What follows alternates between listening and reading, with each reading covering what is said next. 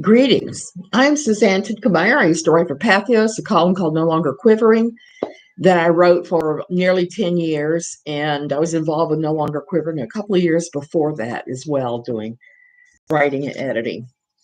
Today I want to talk about Plarn. I'm just having the worst day, so I could not upload the video I made showing how to make Plarn. What is Plarn? Plarn is quite simply a plastic yarn that you make out of leftover grocery bags.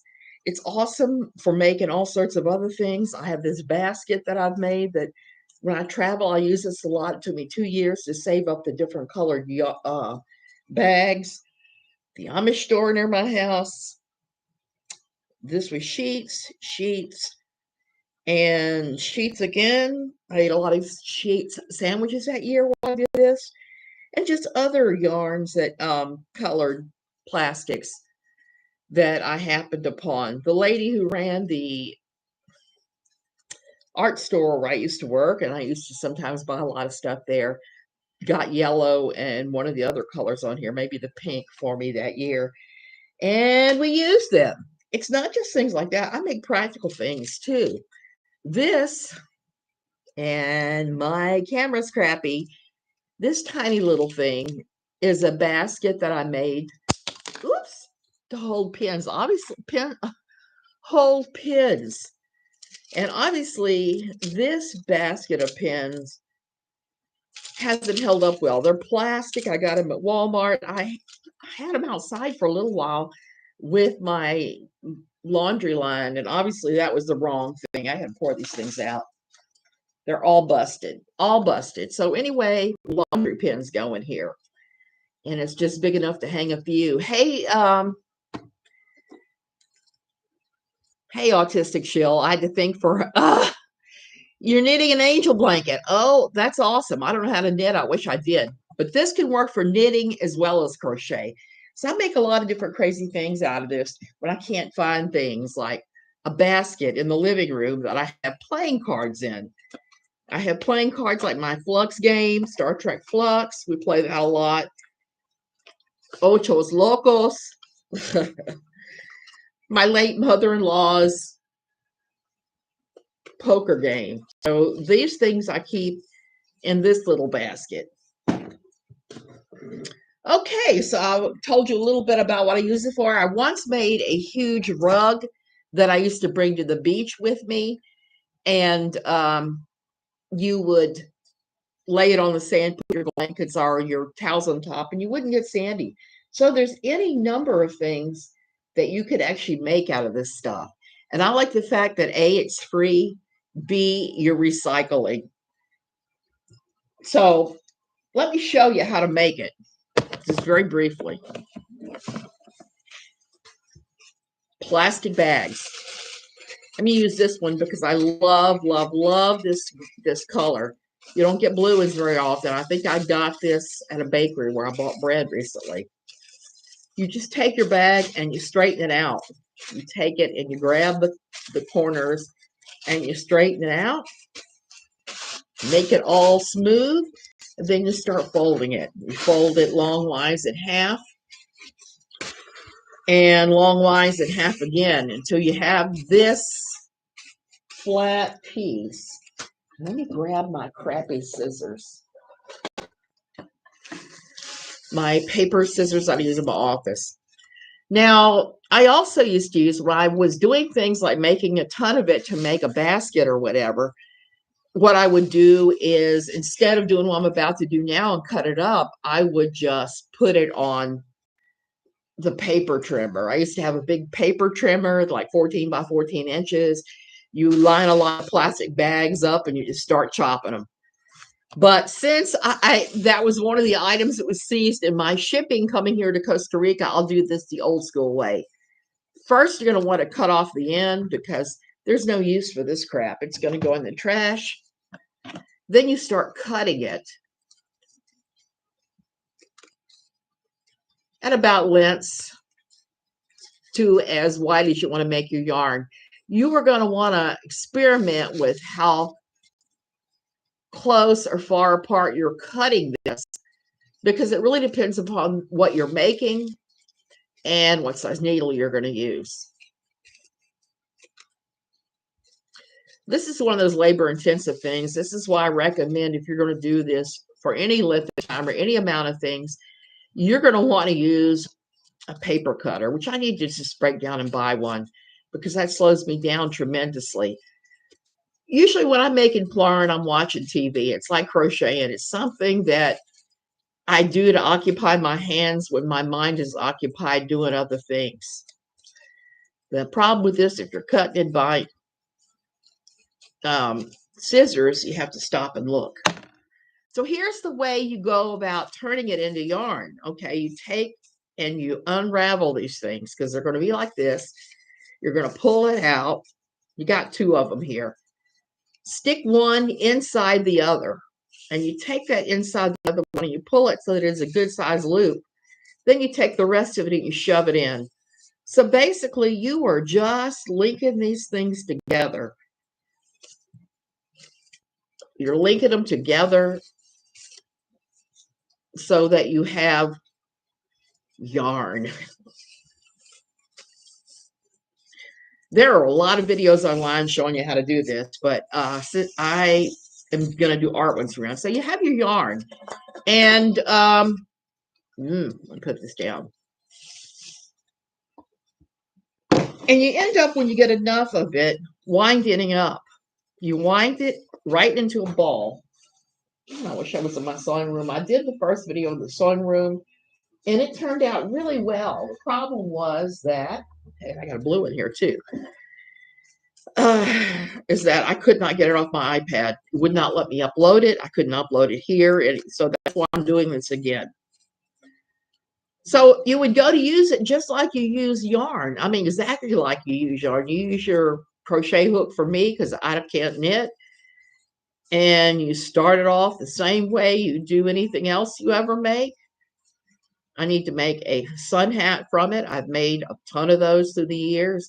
None of them made it here, unfortunately. So in order to do a sun hat for my husband and one for myself, we need to start with the magic circle. The 6. I thought I had already done this and I had one, but I don't see it in here. So I must have completely unraveled it when I was done. Must have completely unraveled it. It must have been exactly what I did. So you stick it through. I'm going to make a circle. The other problem I want to illustrate with this is it's stiffer and harder to use than yarn. So if you're using this instead of yarn, it's going to slow you down. It's not going to be an automatically easy thing to do. It's going to feel, at first, it's going to feel very counterintuitive. But as you keep working with it, your hands will get used to it and your brain will just automatically adjust how you're supposed to use it. Yeah, this is super stiff. This is the stiffest of the stiff.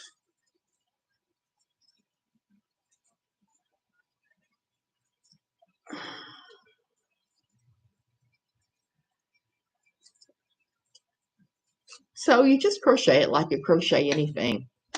When I need your help with crocheting, you may ask you for help. I'll share a crochet pattern. Absolutely, absolutely watch. You can watch me. I'm thinking about doing a site with crochet and quilt patterns on it because I'm one of those wackos where I sometimes will use somebody else's pattern, but a lot of times I will take their pattern and modify it like I did with this blanket behind me. It was a pattern in one of the crochet magazines. I didn't like the way it looked. And so I liked parts of it, but not too many parts. So I just went ahead and made it a little simpler than what they were using to make it a little lighter and more airy and more usable for me. As you can see, I keep it on the back of my chair here because I never know when I'm going to get too hot or too cold here. Give me a sec. I'm going to go ahead and turn my AC on. I'm actually cold for the first time, hot for the first time in days. I was super cold yesterday all day. But of course, the second I sit down here, it's going to get hot. Going to get hot.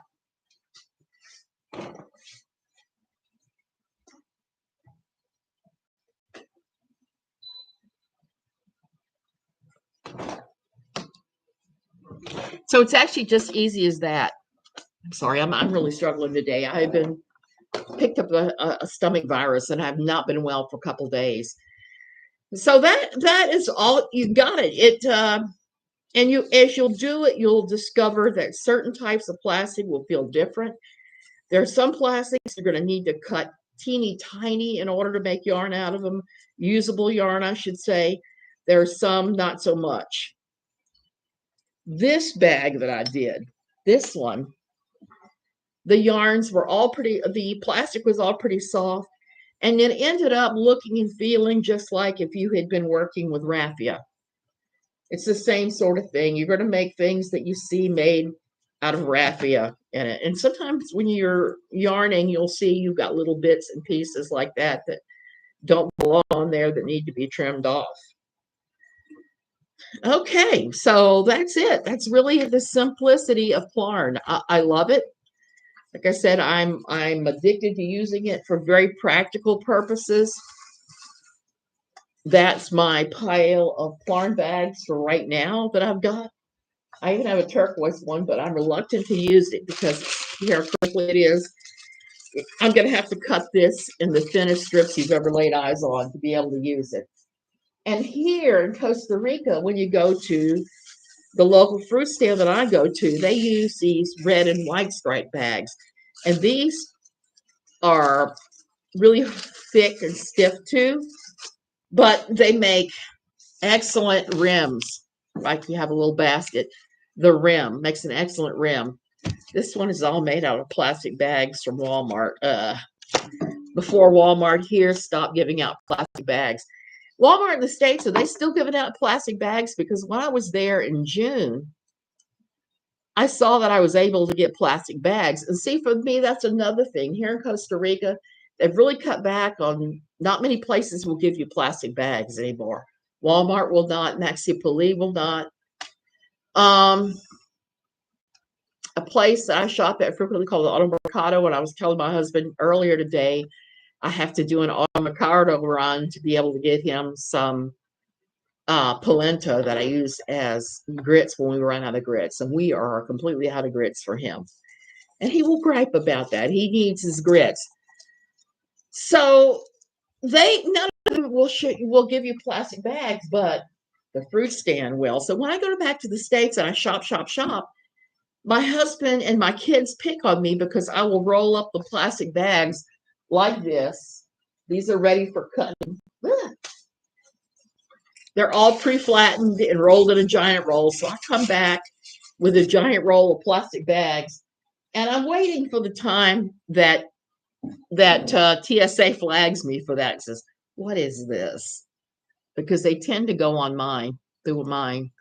Depends on the locality. Some places they charge you 55 cents per bag. Others will give you one. Java Man, where I was, they were just giving them out left and right in suburban Maryland. Hey, Karma Kid. So that's how you make plastic yarn. I'm going to start doing a little more of this art content. And that kind of leads me back into my effery in the community I wanted to talk about today. Oh, my word. Dina Danzig has reappeared, okay? And she has a new name for her channel and everything. I adore her art. She is really very creative and does all kinds of great art. I'm not even going to give out her channel name anymore. I had to unsubscribe. Why? Because she has been messy and accused various people of doing things that I know they didn't do. So that's one thing that's driving me crazy about the Pitchfork Nation is everybody's blaming everybody else for stupid stuff. And I'm pleased to see that some are waking up to the complete effery of Mrs. Cartman and Erica. Those are other ones. And right now, like I said, I have had the stomach flu for like 2 days now, so I haven't been doing anything. Yesterday, I laid in the bed and I laid outside in the sunshine and I read, wrapped in a blanket because it's been 80 degrees here and it just feels like it's 30 to me. So while I was doing that, I downloaded a bunch of books about Munchausen syndrome by Proxy. Why am I even looking at that?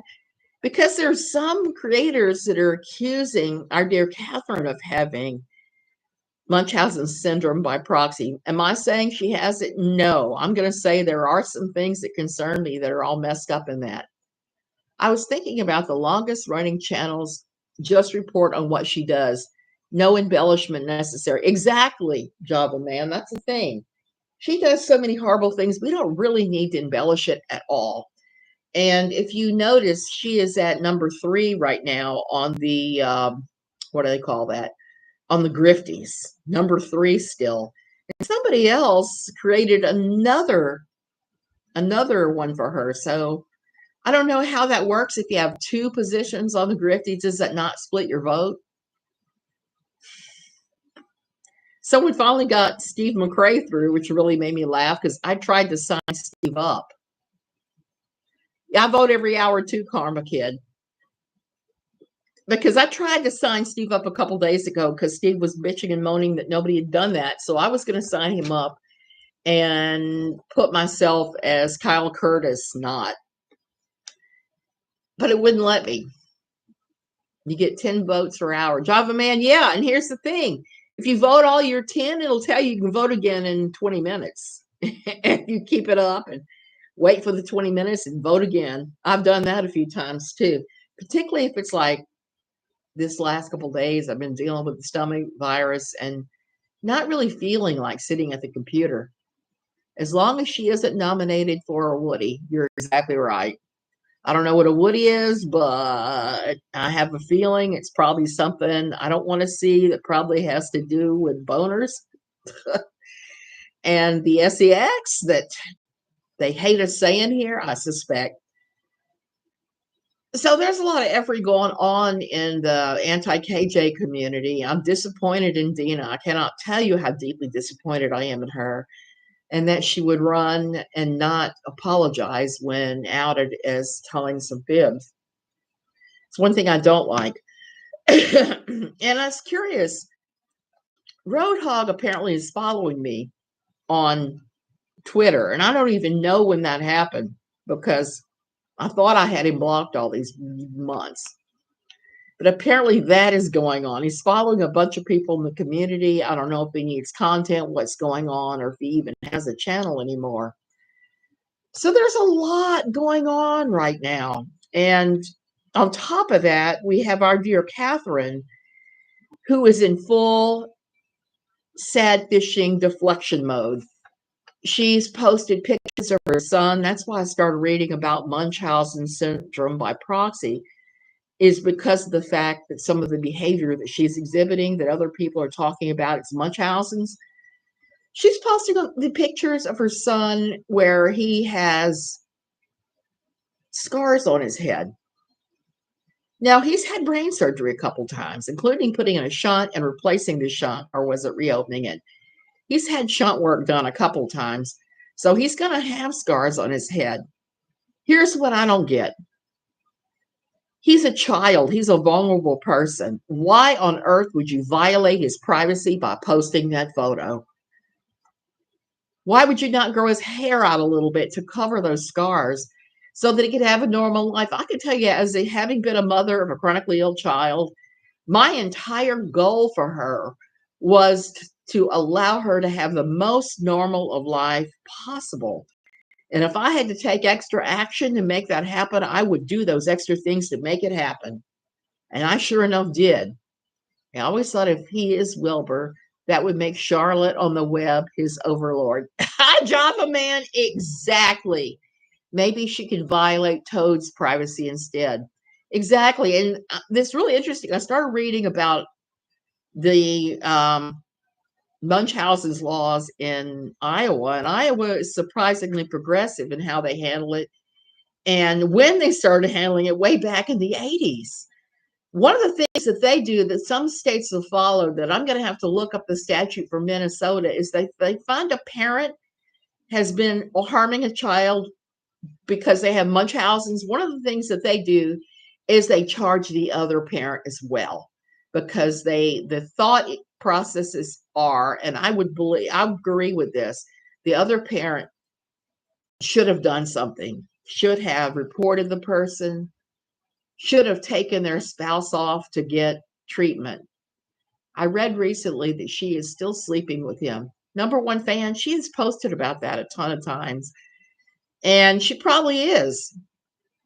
While I practiced family bed for a long time with my kids. By the time they were toddler age or mid toddler age, they were sleeping in their own beds on their own. I didn't have to push anybody out.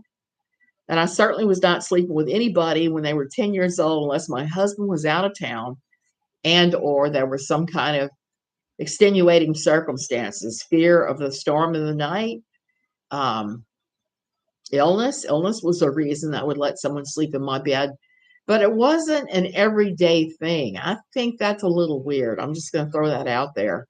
And I understand being fearful for your child with chronic illnesses and you're going to hover over them because God knows I did that. I did that a lot. I did that hard. Just like when I joined my old quiverful church and they tried to give me micro pearls to train up a child and told me my child was too clingy to me, it was kind of like, nope, talk to the hand.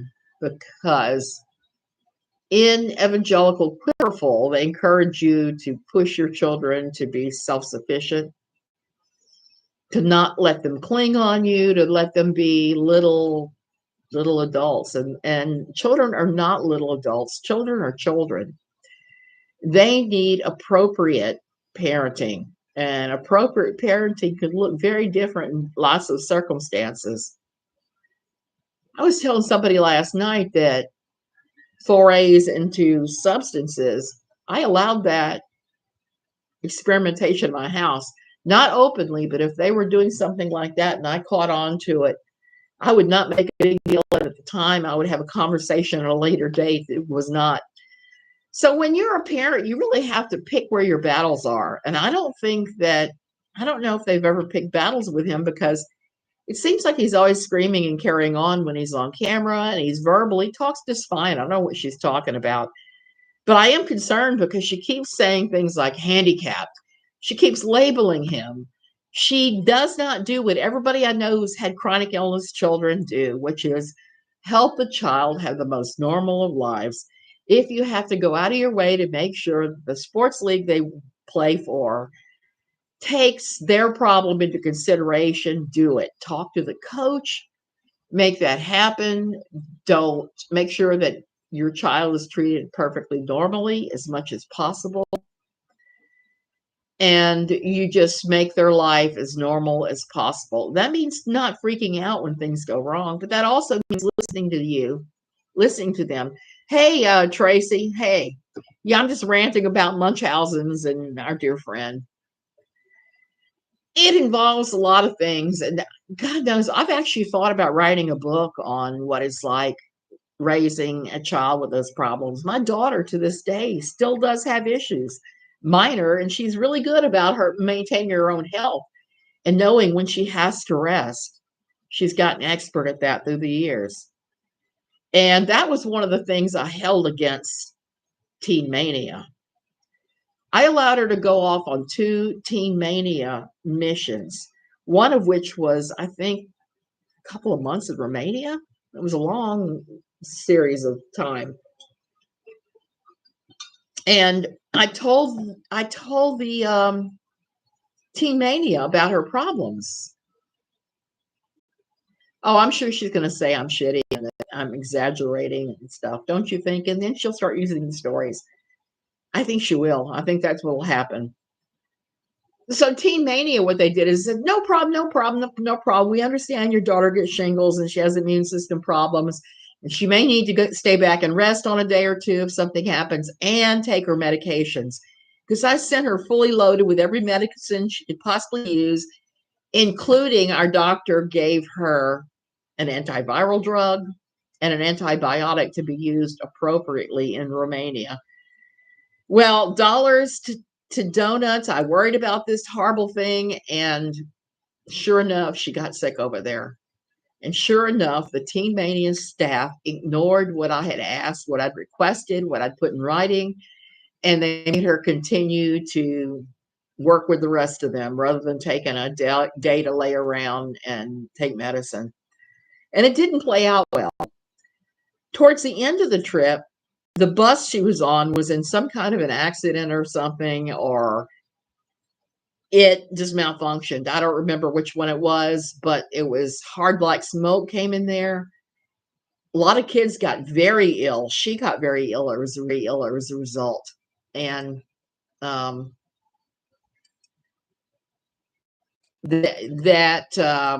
she was under treatment and sick for a long time back here because teen mania they mishandled that. They got them all out of the bus.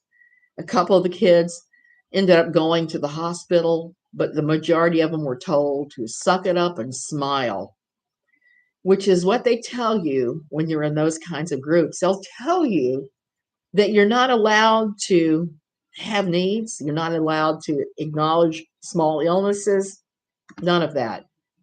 I crochet too, a needlepoint and cross stitch. Haven't done it for a while, but definitely need to start back. Tracy, I bought a needlepoint, a cross stitch kit when I was in the States. I can't see it well enough to do it. I'm going to have to get one of those magnifying glasses that hangs around your neck to use to do that. And it's a shame because it's really cute and it would look cute in my laundry room. So that's the story with my daughter. The second trip went very well. They partnered with another ministry that was not just Teen Mania. I want to say it was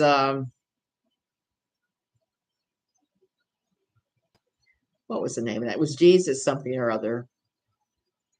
Not Jesus Generation, but it was one of the bigger ministries in Europe. And it went smoothly because of that, because they were with another ministry that had hard accountability. Teen Mania actually did what they said they were going to do with the kids. And they actually let them do their thing and gave them days off and various things. And so that was a really successful one for her. And she enjoyed that because she was in Germany. She was in Germany and Poland. And that was just an outstanding experience for her. So you have to be really careful who you send your kids off with. But back to the whole thing about being normal. I cannot tell you what kind of fear I had sending my daughter off to those things. And this all goes back to giving your child as much normality as possible and letting them do the things they like to do. My daughter did a lot of things that I just did not approve of, like take part in a cheerleading squad. She did that for a long time too. And I'm like, I'm trying to build your mind and trying to build you a person of character, not somebody who's going to be out there shaking their pom-poms. But her and I are very different. We're still very different people, but I bent over backwards to make sure she had the most normal childhoods possible. Maybe God did smite that bus, but it was Romania. And Romania at that time was in extreme flux between communism and capitalism.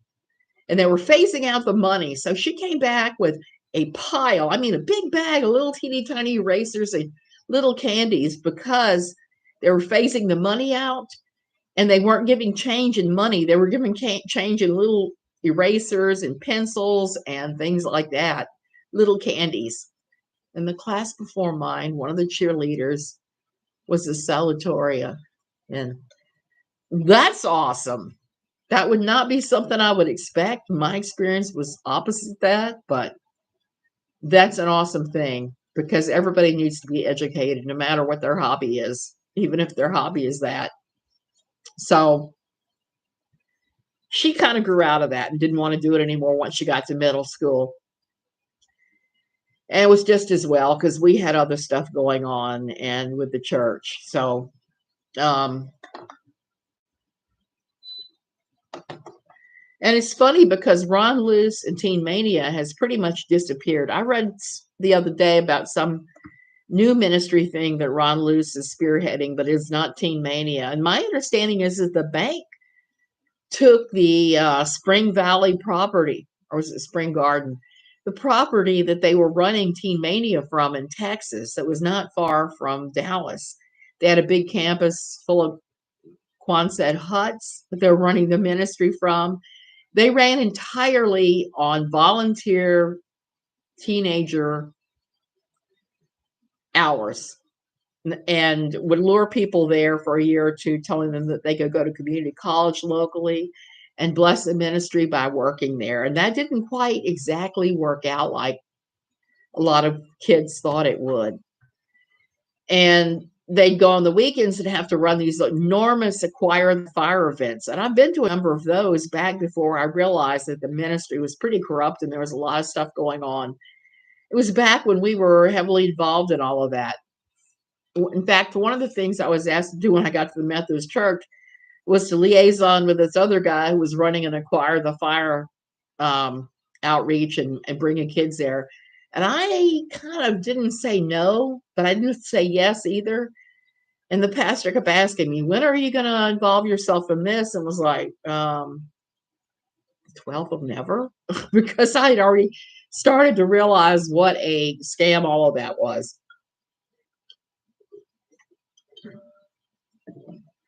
So, does anybody have anything they want to talk about with the different communities? Because, like I said, I've been watching the crap going on in the communities and just been horrified by a lot of it. I mentioned the other day that, Acquire the Fire is a weekend sort of thing. They used to have these huge weekend conferences aimed at middle schoolers and high schoolers to funnel them into teen mania. They would have Christian bands, they would have speakers, it would be an enormous like rock concert. And they would bring these rock star level Christian artists in for them. I've seen the Newsboys at Acquire the Fire. I've seen, who all? Audio Adrenaline at one of them, at one of their conferences. There's one I can hear the singer's voice, but I can't even remember the name. But all of the biggies, they would bring them in. And then the not so biggies. I saw Barlow Girl there. I believe that I saw at one time Katy Perry, but she was going under a different name and she was a Christian artist because she first tried out as a Christian artist, had some modest success, and then made the move to secular entertainment after that. And she has had some interesting things to say about these things. You made a plarn bag. Oh, goodness. I made some really cool purses that I no longer have. I need to make another purse. I think what I'm going to do is I'm going to make a bigger version of this and make it so that it looks like that it is made out of some type of something that's not plastic. Maybe like some brownish or some beige kind of combinations. And here's the other thing I throw in about this. You can mix this with yarn because I do that with leftover yarn sometimes. I will wrap the plarn with the yarn and have something with a little more pop of a color than something like this. And that may be how I make my purse too. And it gives a little firmer substance. This one's pretty firm though, because I cut it a certain way and I crocheted it a certain way. Just like this plastic is a little stiffer than what I would normally use. I'm going to make a hat, crown of the hat. It's got to be made with a little stiffer. Did I miss plastic yarn yet? Yes, you did. So you're going to have to go back for that. I opened up one of my Bibles and it said that if two men were having a fight, the wife of one grabs a gentle so the other man, to help her husband with the fight. And then her hand is to be cut off. Oh my goodness. Java Man, I was quoting a passage yesterday at a bunch of Fundy Town. It gives it a little padding. It makes it a little more padded and a little stretchier. Nobody, because I made a cat bed out of it. My cat doesn't like anything soft and comfortable. I have furry, over padded pet beds he wouldn't even get in at all. The other cats use them. I put them out for the strays to use. So I made him one out of plarn because he doesn't like luxury, he likes stiff. And the passage I used Java Man yesterday, I was using at some good patriarchs that were pushing modesty and saying you had to wear ultra layers of everything and that your elbows couldn't show in various things. Yeah, I've got elbow sin going on today. And the sin of sleeveless tops, because sleeveless tops are way sinnier than than even a t-shirt in the type of church I used to go to. Yeah, Java man, I wonder about that too. And I've said that there's some weird passages. There was one passage where they were having a war and everybody was using the toilet. They were using an altar in a temple as the toilet. It's in there too. I wish I could remember. I'm gonna have to do some Googling and reading.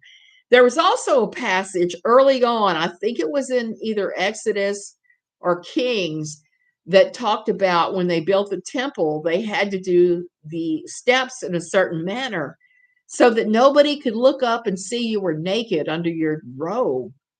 So I was fighting with the modesty guys yesterday and telling them, why does it say this then?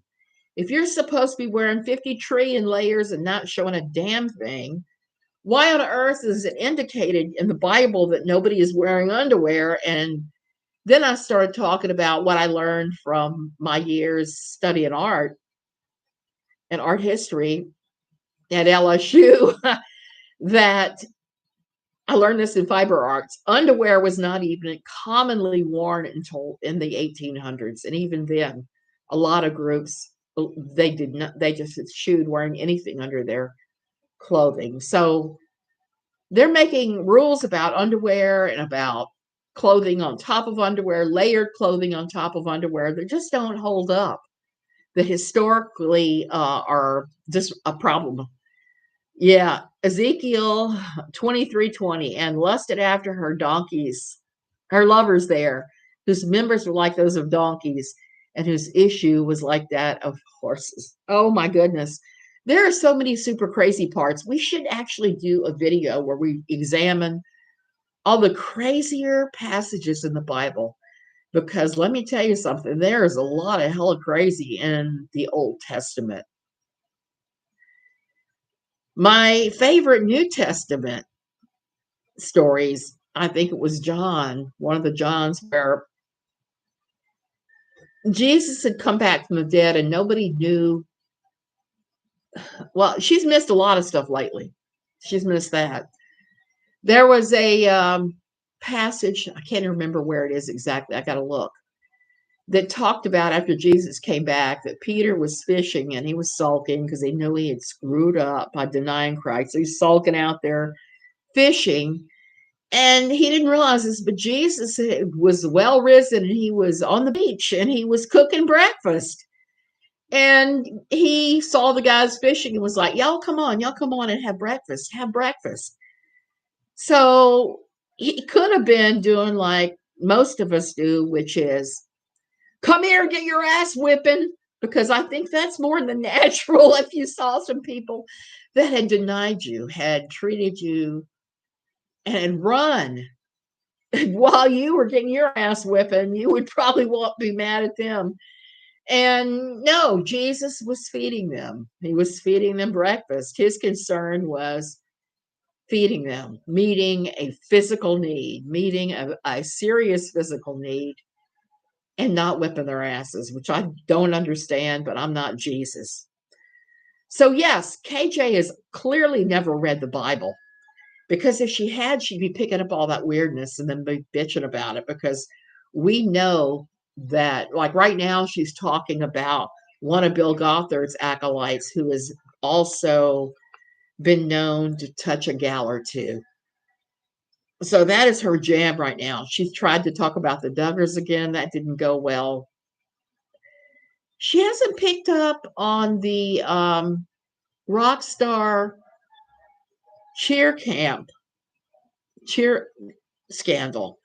If she had, she would be talking about that because one of the coaches killed himself amid allegations that he'd been feeding boys and girls alcohol and drugs and molesting them. And I was expecting her to jump on that story because it's a pretty big one. I've been reading about it. But so far, crickets, crickets. And I started to say, I want to circle back around to the whole Molly Golightly saying that KJ has.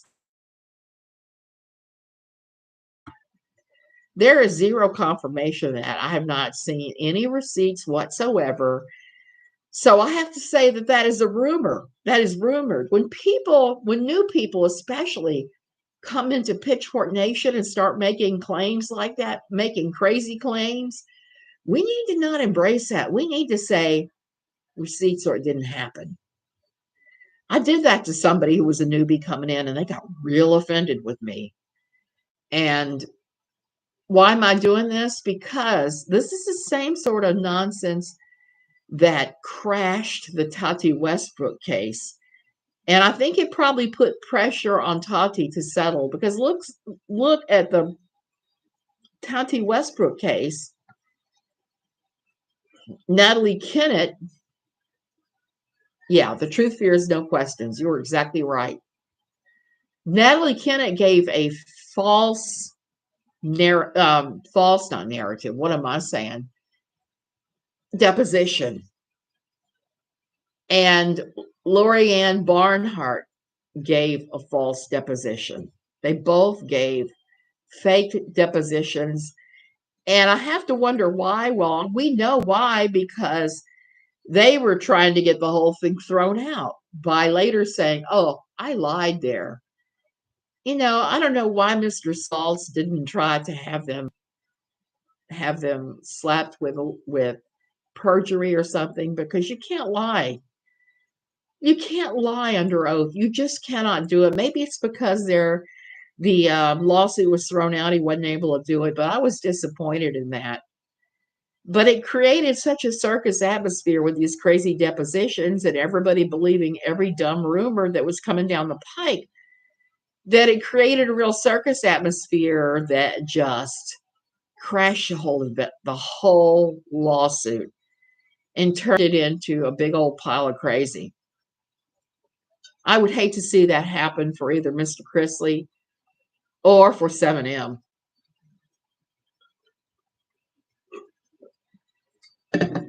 There's an old saying about the truth that there are two old sayings about the truth that I like. One is that, a lie goes halfway around the world before the truth ever gets its shoes on. And then there's another one about the mills of justice grind finely. They grind long and finely. So that's one of those things, is justice does take time. And there's a reason that it takes time, because they have to actually figure out who is actually telling the truth and who's lying. And I am hoping that we see a good resolution. Somebody asked me yesterday, I asked myself and Steve McRae, oh, you're still talking about Katie Joy? When are you going to stop talking about her? When are you going to let this end? Well, for me, because she's plagiarized so much I've written and then lied about it and said I plagiarized her, this will end when there is justice in one of these lawsuits. When one of the lawsuits is successful and takes away her YouTube channel or causes YouTube to ban her, then for me, it'll be over with. Sort of. When are you going to let this end? When it ends. You're exactly right. And when I get all my materials together and write my book on it, because I've been keeping strict notes on everything in Pitchfork Nation going back over 2 years now when I joined. And every single day brings a new allegation or a new piece of bizarre behavior. So that has all been documented. I'm going to write about it when this plays out. I'm thinking seriously about going to see the trials unless they are shut down. Why? Because I want to be able to be there taking copious notes towards possibly writing a book at some point. Now, I know it seems like the book I'm writing about Quiverful is taking forever, but you have to understand I have several things going on at the same time, big projects. And anytime I get another big project that I'm doing for somebody else, or I'm writing under a pen name for a publication, pseudonyms for publications. It would be the first time you would meet her in person. Yeah. And I don't really want to meet her. I don't want to walk to her and say, hey, I'm Suzanne Titkemeyer. I don't want to do that at all. I just want to sit quietly in the gallery and watch and take note. That's all I'm interested in. Now, my husband has the stands for Todd Chrisley. He has watched his show. I never have. I've only caught glimpses when he's watching, or I'm walking through a room and there's an ad for it on. So I'm not even worried about meeting Todd Chrisley or anybody else. And I don't want to meet Robert Shin because, like I said, his church has problematic affiliations. Number one fan, I should be able to go. I'm not in any financial distress. I have plenty of money to go to Minnesota if I want and rent a hotel room for a long time, or a nice Airbnb in a car. Like I said, I have no desire to be anywhere near her, no desire to talk to her in any way, shape, or form. I just really want to see what happens. Guaranteed dollars to donuts. When she hears this, I'd get a TRO. That'll be interesting because if I do, I will fight it. I will fight it like crazy because I don't want her rolling that over into an RO and preventing me from going. But then again, so far, all the hearings have been public. I don't see them closing the trial. I have a feeling the trial itself will be available online. We will see. We will see. I'm hoping that another friend of mine goes. If that person goes, it will be epic. That's all I'm going to say. And I think they will be there. I have a good authority. They may be there for reasons. I also hope to hang out with some of my pals like Prairie. I'd like to hang out with her. She's not far from there, and we'll just have ourselves a good old girls' time. I need that, after waiting around for this stupid pandemic to be completely over with. I am completely vaccinated and boosted. I had money put aside for this, so we'll see. We'll see. We'll see. It would certainly be fun. If nothing else, book. Yeah. Java Man, I saw that. I'm waiting for them to be available in Costa Rica. I know they've been ordered.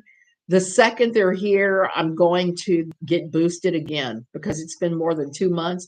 And I think I read they said that if your last booster was 2 months or more past, that you can go get boosted for Omicron. And I'm going to do that. So far, knock on Guanacaste wood, I have not had this stuff officially. I keep telling my husband and my doctor, I think I had it in the early days back in February, because February 14th of 2020, my youngest child flew here.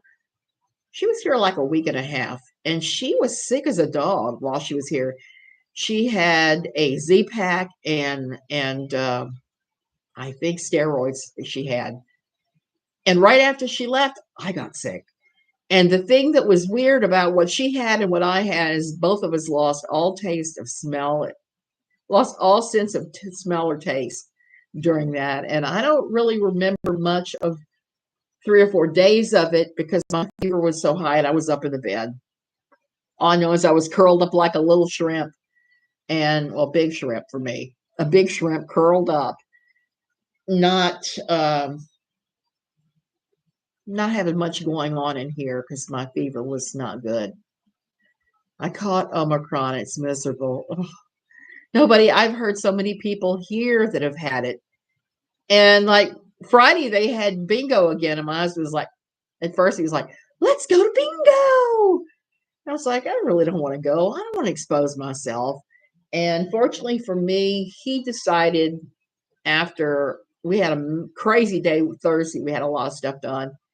He decided Friday he was too tired to go. And I was just as glad because I don't like going to places where we're all crammed in like sardines because COVID and so many people, let me look, so many people are here are paying no attention to COVID rates in Costa Rica.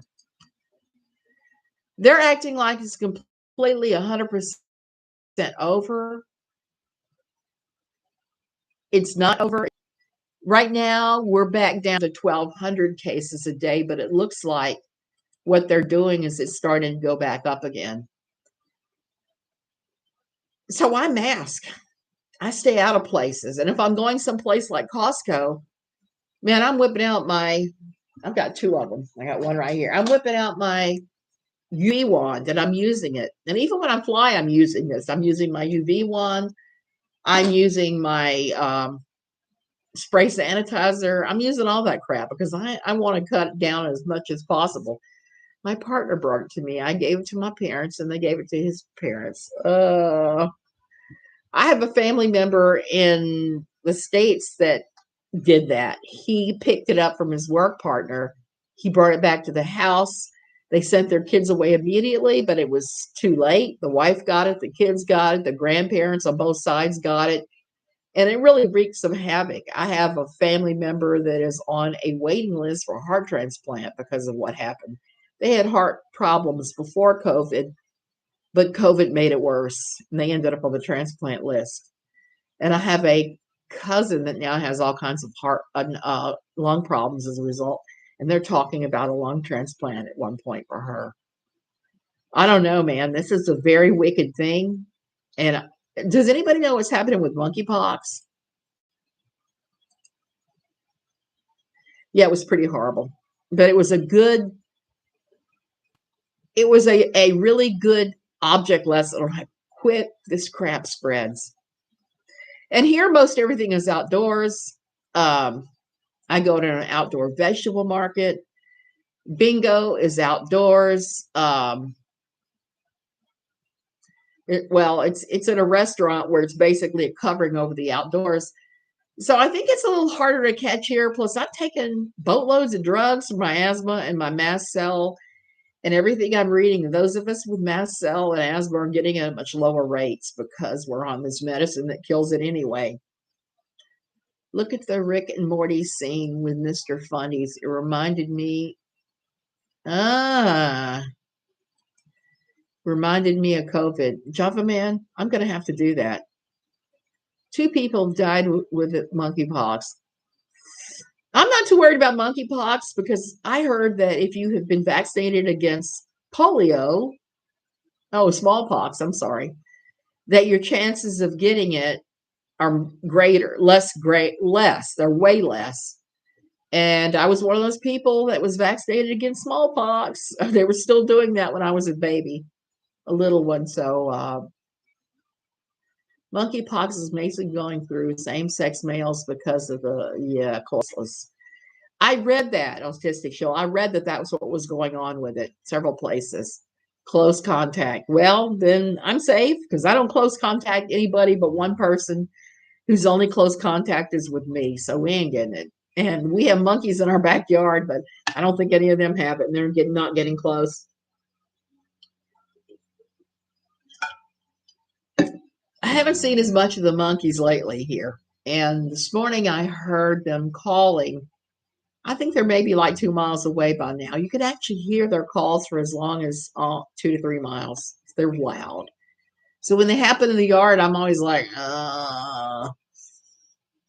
and they're wonderful to have here. So my little tiny brain is rambling right now. Monkeypox and monkeys. And I am kind of afraid what will happen in the future as these things cycle in and out, because I've heard things about they think the bird flu will return and that there's another virus on the horizon that is starting to make waves in China. I don't know. And I read that the reason these things happen more in rural China is because people in rural China, peasants, are living closely with animals. And that's why we quit having things like the plague in Europe, because nobody is living with their cow in the house, is giving them rats that it brings a rat in to eat the straw that the fleas hop on humans. I heard a case of bubonic plague in China. Java Man, I read about that too. I thought that was pretty strange. Bubonic plague is, and again, If you have a populace of peasants that are living with their animals in the home, this crap happens. China really needs to put on a big sanitary push to stop people who are in that peasants from doing that, because it's where all this crap is coming from. It's not healthy. They need to do a sanitary push for that, just like they've done with a number of things over in China, like banning call them golden lilies, the foot binding. Sometimes bubonic plague occurs in Arizona due to prairie dogs. Java Man, I was reading that the other day too, and do you know you can actually get prairie dogs as pets in some places? Now, I've seen prairie dogs in rural Texas, like in West Texas, and they just look like kind of like an overgrown rat. So I'm not sure I would want a pet that was an overgrown rat that makes all these weird barks. Bubonic plague, that is just horrifying. I know that some types of rats carry it too. Just horrifying. Pestilence is treated these days with antibiotics. That's true. You know, we have greater tools at our disposal than our ancestors did. But even then, you know, and I've found this with having had MRSA numerous times. I have had MRSA so many times now that I once a week will shower with Hibby Cleanse just to make sure everything stays MRSA free. And I've had the test where they've tested for it inside my nose too a couple times, trying to stay MRSA free. And the antibiotics, I've been on so many antibiotics for now that I've quit going to the doctor for antibiotics for sinus infections and other infections unless I'm really, really, super sick. Because I really don't want to develop antibiotic resistant anything. And MRSA is already pretty antibiotic resistant. I found that if I take 10,000 milligrams of garlic oil, like 4 or 5 times a day, I can kill damn near just about any kind of infection in my body. I saw an armadillo as roadkill in Louisiana. Yeah, they're in Louisiana too, parts of it. I'm in North Georgia and recently found the remnants of an armadillo in my yard, probably left by a fox. Wow, they must have really made inroads. They must have really done that. The only kind of animal I haven't seen in my yard that I'm eager to see sometime is little quadrumundes. I love those things. They are so cute and playful. You see them all over the place here when you're traveling. I've seen them in San Jose even. But I haven't seen any here near the beach anywhere. And I'm kind of sad because I like quadrumundes. A fellow nurse took care of a bubonic plague case in UC Davis in Sacramento a while back. Oh, armadillos carry leprosy. That's another one of those diseases I have no desire to ever pick up, is leprosy. Now we have Joro spider. Ugh. And I like spiders. Spiders are pretty interesting creatures. I try not to kill them. I try to let them live peacefully here because I don't like bugs. Bugs can die and go to hell as far as I'm concerned. Bugs are horrific, but I know they're necessary. There was something the other day I was looking at, some kind of bug here. Oh, we have dragonflies here look like crazy in colors I've never seen, like reds, turquoises. I've seen some cobalt blue ones. I've even seen some purplish ones, and they're pretty weird. I don't mind spiders, but these things are 3 inches long. Well, I can understand why you'd be afraid. We get tarantulas here, and they come inside sometimes when it's too wet outside, which I don't really care for. When I see them, I'm like, I am gonna put you in this nice dustpan and take you back outside. Also, I remember the campgrounds on Donner Lake being closed due to bubonic plague being carried by squirrels. Oh, squirrels! Not a big fan of squirrels, but they're everywhere, even here. We have odd looking squirrels here. They're strange colors. They're like white and black, and parts of them are rust colored. So it's kind of like a glamour color combination of all these different colors in the one coat. Okay, you guys, I'm going to go because I'm rambling. I'm rambling again. This is what happens when I get crazy asthma and I'm sick as a dog with other stuff. So yeah, so I showed you a little bit about Plarn. I'm probably going to be trying to do art videos and then at the end talk about crap.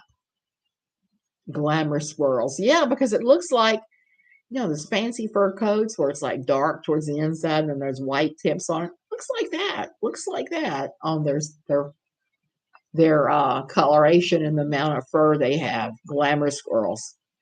Okay, y'all have a great Sunday, and it's a great day to rest. That's all I'm going to say. That's what I'm doing here. Oh, and I'm expecting Velma any minute now. She's coming to use the hot tub. So I got to play hostess.